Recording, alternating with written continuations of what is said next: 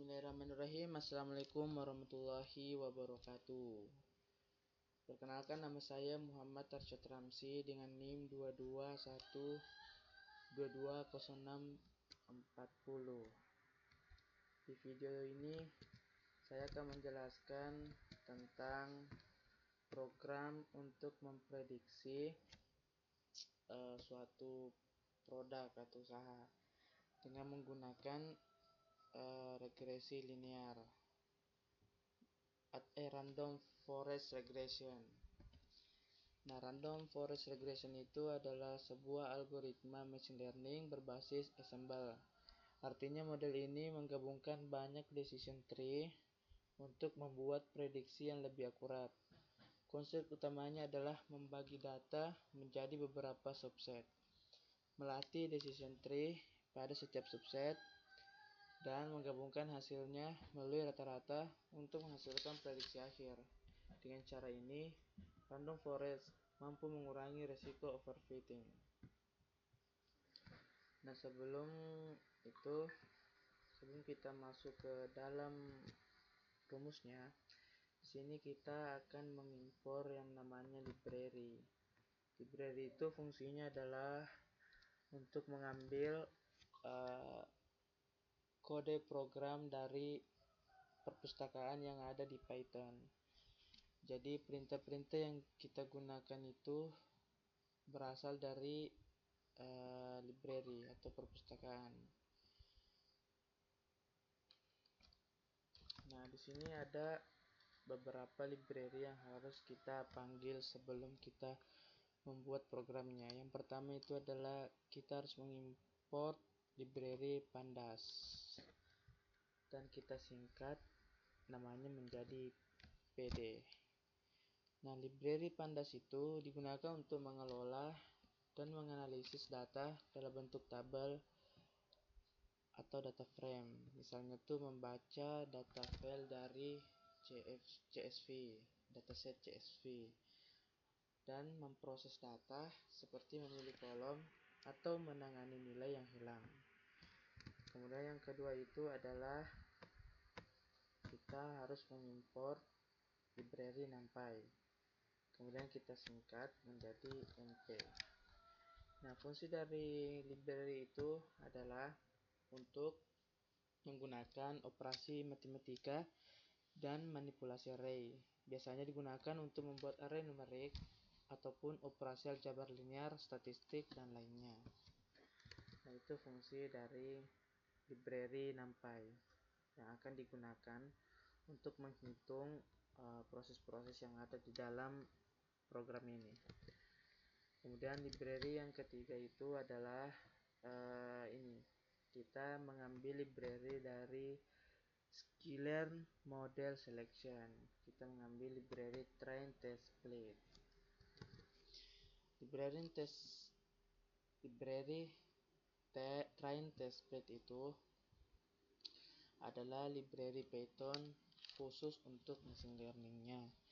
Jadi train test split itu digunakan untuk membagi dataset menjadi dua bagian, yaitu data latih atau training set untuk melatih model, dan juga data uji atau test set, data test untuk mengevaluasi model.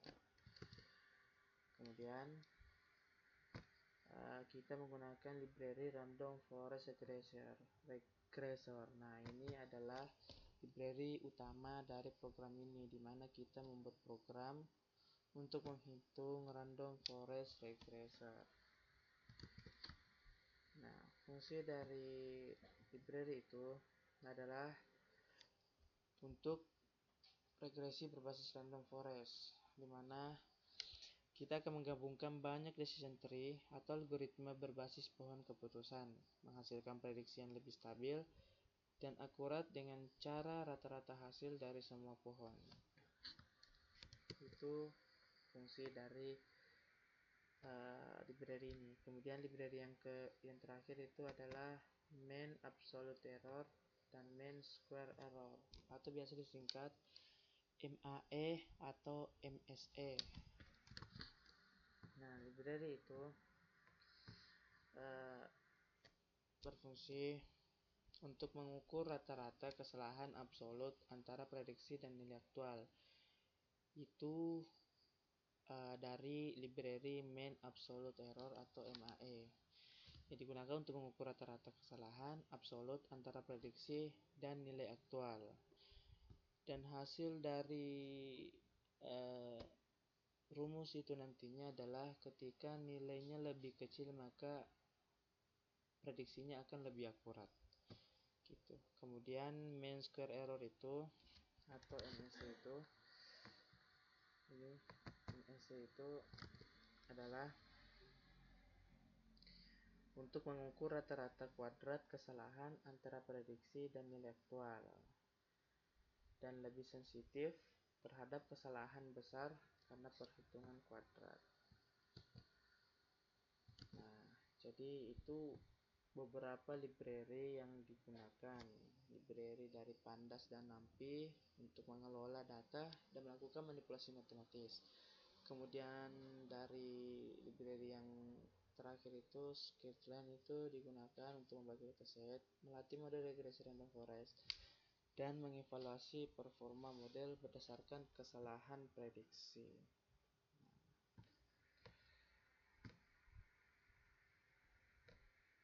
Kemudian kita ke program yang kedua.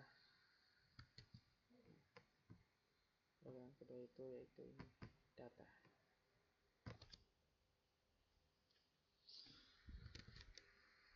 Nah, program yang kedua itu digunakan untuk membuat dataset dummy atau dataset simulasi yang berisi informasi terkait penjualan. Di dalam program itu kita membuat sebuah variabel data yang berisi 5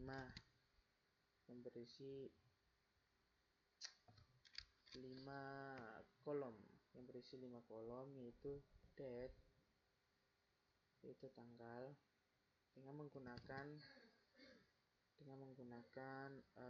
ini properti pandas dengan data range atau date range untuk membuat rentang tanggal dimulai dari tanggal 1 Januari 2020 start 1 Januari 2020 dengan periode 730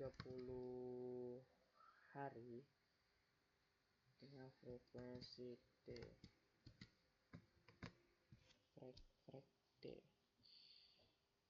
Ya benar, frekuensi T atau T harian.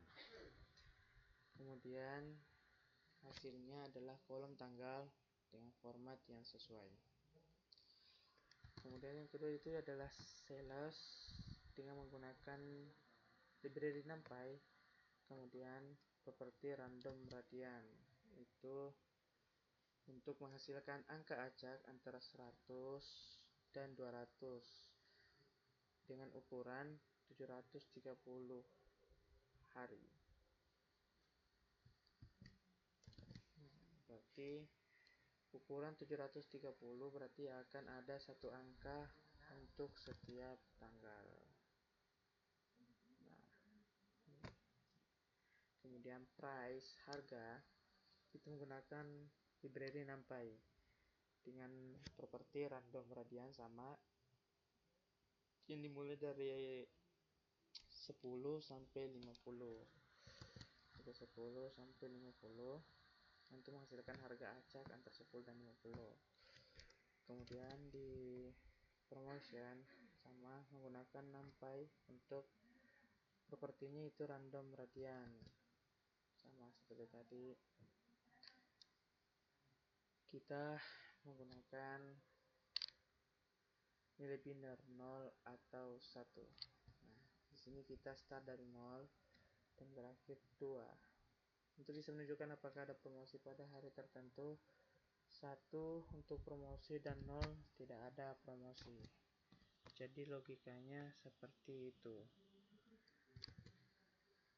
Kemudian yang terakhir itu adalah weather Sama di sini menggunakan NumPy random choice. Nah, random choice itu untuk menghasilkan nilai acak dari daftar pilihan yang ada. Nah, di sini ada 3 pilihan, yaitu Sunny, Rain, dan Cloudy. Nah, menyimulasikan kondisi cuaca pada setiap tanggal.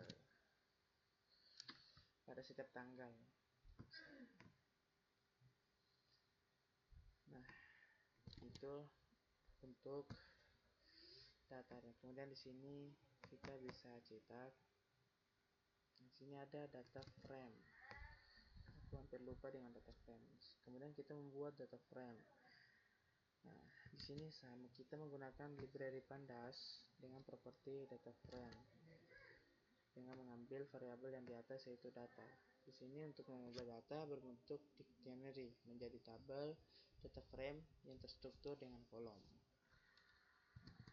Jadi nantinya di sini akan tersusun date, sales, price, promotion, dan waiter. Untuk melihatnya di sini kita tinggal mengetikkan print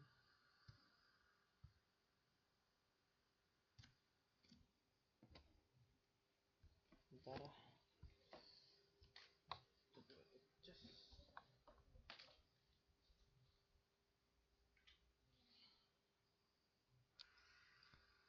Di sini kita bisa ngetik. Sini kita print df, kemudian run untuk mencetak hasilnya. Nah, di sini ada date, sales, price, promotion, dan waiter. Nah, kemudian di sini ada program def waiter sama dengan def waiter map Sunny 0, Rain 1, dan Cloudy 2. Di sini programnya tuh berfungsi untuk membuat transformasi menerapkan transformasi pada setiap elemen di kolom. Nah, di sini di kolom di kolom header kita akan mengganti Sunny, Rain, dan Cloudy itu menjadi sebuah angka dengan menggunakan properti map. Fungsi map itu digunakan untuk menerapkan transformasi pada setiap elemen di kolom header. Jadi misalnya di kolom Sunny diubah menjadi 0, Rain 1, 1, Cloudy 2.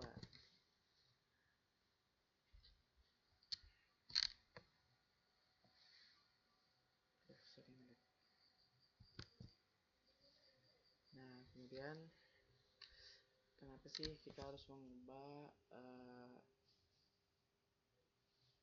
menerapkan transformasi ini pada setiap elemen itu? Fungsinya adalah algoritma machine learning bekerja lebih baik dengan data numerik daripada kategorikal. Jadi karena di sini datanya itu kategorikal, jadi kita ubah menjadi numerik dengan menggunakan properti map. Kemudian representasi numerik lebih efisien dalam hal penyimpanan.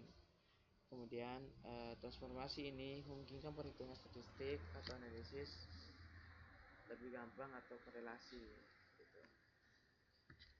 Jadi hasil akhirnya nanti Sunny itu 0, Rain itu 1, Cloudy itu 2. Kita bisa lihat di sini Rain df.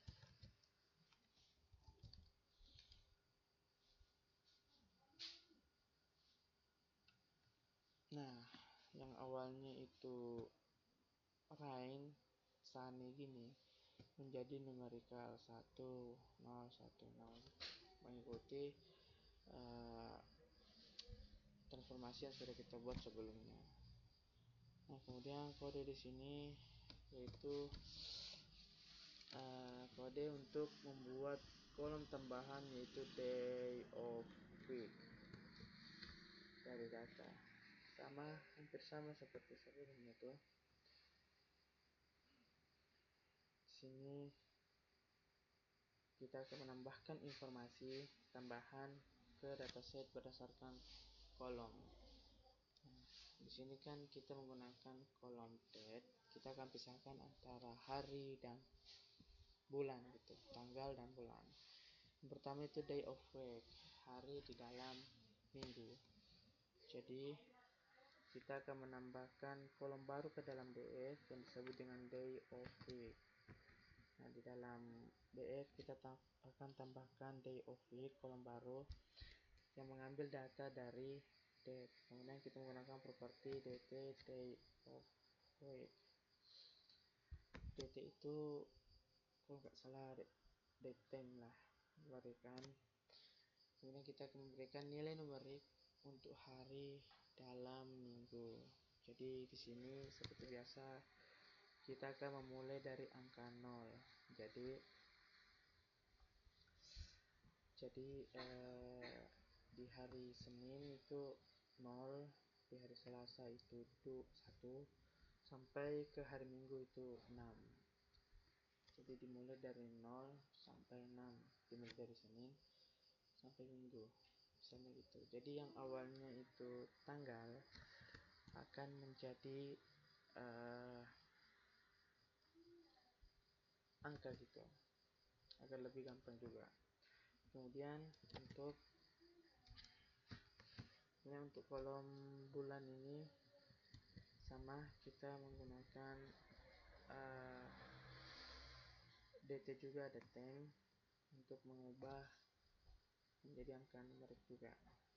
Nah, bedanya itu bulan itu dimulai dari angka 1.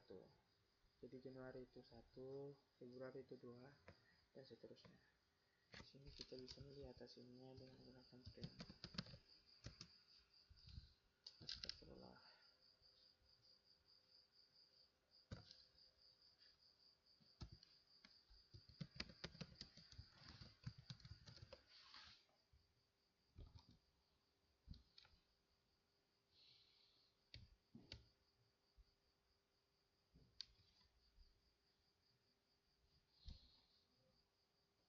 Nah, di sini ada day of week menggunakan angka yang awalnya tanggal dan tahunnya itu tertulis dalam satu kolom, sekarang dipisahkan menjadi 2, yaitu day of week dan month.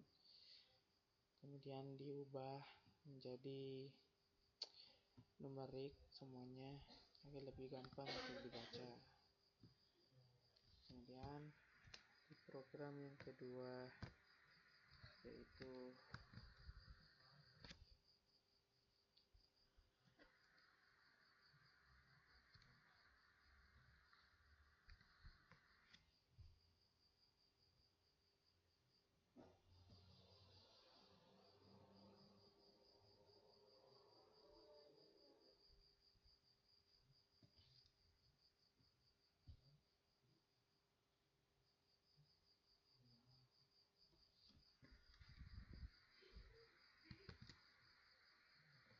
kali ini digunakan untuk mempersiapkan dataset untuk pemrograman machine learningnya nanti. Nah, di sini ada X. X itu variabel atau subset data yang berisi kolom-kolom yang digunakan untuk prediksi variabel target. Nah, isi dari kolom itu adalah price, promotion, letter, day of week, dan bulan, month. Nah, fungsi dari fitur ini dianggap sebagai variabel independen yang mengaruhi nilai penjualan. Dan ada juga target, sini sales, yang berisi sales, menggunakan variabel Y. Yang nanti itu akan dipelajari oleh model machine learning. Oke. Sini mari kita coba lihat lagi.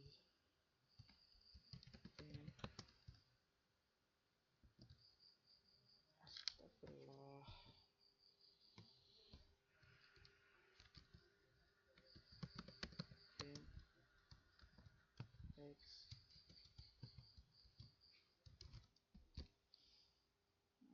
coba jalankan. Yalah.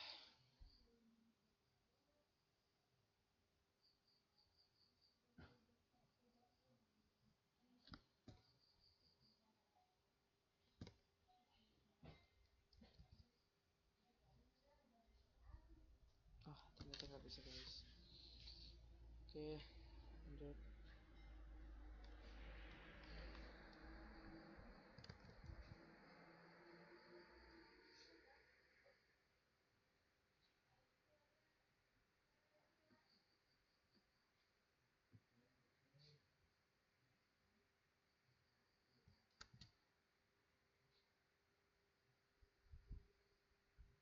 Di sini ada kode data test dan juga data training, data latih dan data testing. Dan di sini ada extrain, kita ambil data dari sini. Itu berfungsi untuk kita mengambil disinilah library train test plate yang tadi itu digunakan untuk membagi dua data menjadi data training, data test, dan juga data uji, data test dan juga data latih gitu.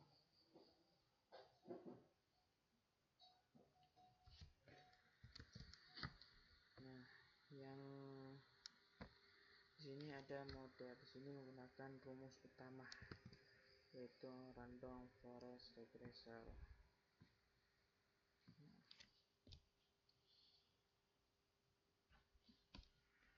Random forest regressor itu adalah sebuah algoritma berbasis ensemble learning yang menggabungkan banyak decision tree untuk menghasilkan prediksi yang lebih stabil dan akurat. Nah, di sini menggunakan parameter n estimator sama dengan 100. Itu jumlah decision tree dalam model. Semakin banyak tree, model cenderung lebih stabil, tetapi waktu komputasi juga meningkat. Random state. Di sini juga random state sama dengan 42. Set untuk membuat hasil yang konsisten setiap kali kode dijalankan. Kemudian di sini ada model.fit, extrain, dan utrain.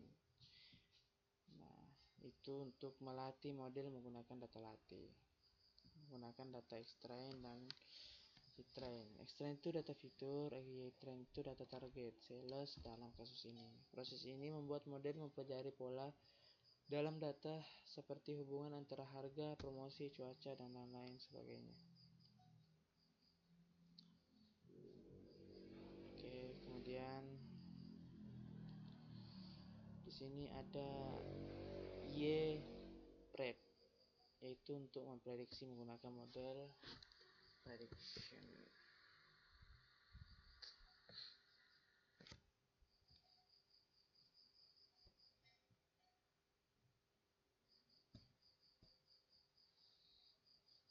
Fungsi dari kode ini adalah untuk menghasilkan prediksi berdasarkan model yang sudah dilatih sebelumnya dengan menggunakan model fit. Nah, dan XTest itu data uji fitur variabel independen. Nah, yang terakhir itu adalah untuk keluarannya, yaitu my dan RMSE. Oke.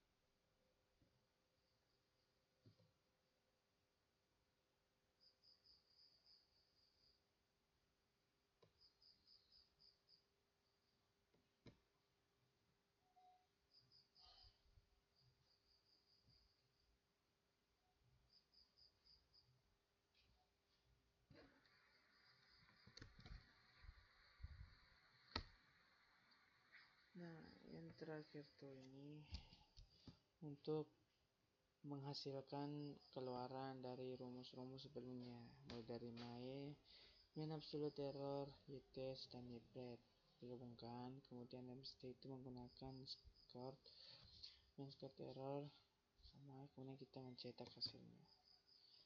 Dan ini adalah hasil dari program di atas dengan hasil keluaran yaitu 28 sekian, dengan root mean square errornya itu 33. Jadi ini masih termasuk masih belum akurat karena nilainya lebih tinggi. Jadi sekian video penjelasan dari saya. Assalamualaikum warahmatullahi wabarakatuh.